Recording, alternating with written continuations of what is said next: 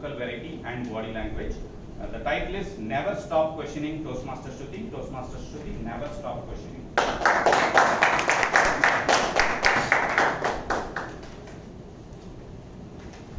Good morning to one and all present here. Good morning. So the title of my speech is Never Stop Questioning. And going by the theme of the day, let me ask you, what is curiosity? And you know that feeling inside you when you see a crowd gathered somewhere by the side of the road? So most often we ignore it given the shortage of the time or that we are en route to something. But the itch to know why the crowd is gathered there never really goes away, right? And that is the power of curiosity. We are curious. And such is the power that to develop that tool, I will go to a little classroom. And somewhere in this classroom at the very back sits a little girl, Shreya, brimming with questions and curiosity, but at the same time afraid to ask those questions, afraid that she'd be mocked or laughed at for it. So her teacher, Miss Geeta, stood there and has been noticing her for quite a few days. And she knows that this girl has questions. So she thought for a moment and decided. She called. She stood there and she called. Students, pay attention. Today, I am going to tell you the story of a little boy named Isaac. He was born in a little village near Lincolnshire, England. And this boy was a little baby and was thought to be weak, and people thought he would grow up to be weak. But under the nurture of his loving grandmother, he flourished and grew up to be a very curious, inquisitive boy. When it was time to join school, he joined the King's School. It was a very renowned school, and he went there with his peers. But he was very refrained, and he often did not ask questions. Despite his inquisitive nature, he kept all the questions to himself and did not question. This led to him being an average student in the class and often being bullied for it as well. So it got to the level where his mother came back one day and pulled him out of school and told him that you are going to do farming from today. But little Isaac did not like that at all. He did not like to do farming. It did not sit well with him.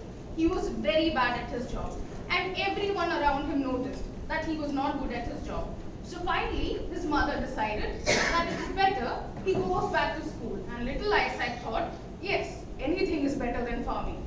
And he went back to school. But this time, he did not hold back. He asked questions and found answers to them. He asked and found answers and answers. And the best thing he did with those answers was to apply it in his studies. He made models of sundials and windmills. All this was a new creation at that time. Can you imagine when we are talking about terminology like counties, this person has invented models of sundials and windmills. And he eventually got accepted into a big college as well. And he got a lot of friends. He developed social skills basically. He learned how to communicate by asking questions and finding answers. In this process, one day, very tired, he went after playing and sat under a big tree, big apple tree with a huge foliage. When he had just decided to sleep, thud, what happens? An apple falls on his head. He looks up, rubbing his head, wondering why do objects fall to the ground and not float up? Why do they have to fall to the ground onto my head when I am trying to rest? At that moment, he dropped the question and he went off to sleep. But then when he woke up, he went around asking that question to everybody he could. He asked his teacher, his friends, but he did not find the answer. People did not know the answer to this question. And he kept wondering, how should I find the answer? So what did he do? All the knowledge that he had gained, he put it into finding an answer to this question. This answer has what led to the discovery of what we know as gravity today. And he was bestowed the title of Sir Isaac Newton for his thirst for curiosity and knowledge. Sir Isaac Newton did not stop asking questions right at that point. No, he did not. He went ahead and he asked many more questions. He asked, if everything is falling to the ground because of Earth's gravity, why isn't the moon falling to the ground? Why is it still up in the air? Why are we able to see it on the ground? and he decided that he will answer that question also. And that is how he found calculus. So in this process, he went on to find many societies and theories like as I said, calculus, then there is philosophy, then there is theology, and Newton's laws and theories of relativity are quite famous. And he's literally known for them, right? So what we learn from today's story, children, is that we should never stop questioning. And that is how the tale ends here. This teacher said, and the student from the very back rose her hand and asked, "Ma'am, what is gravity?"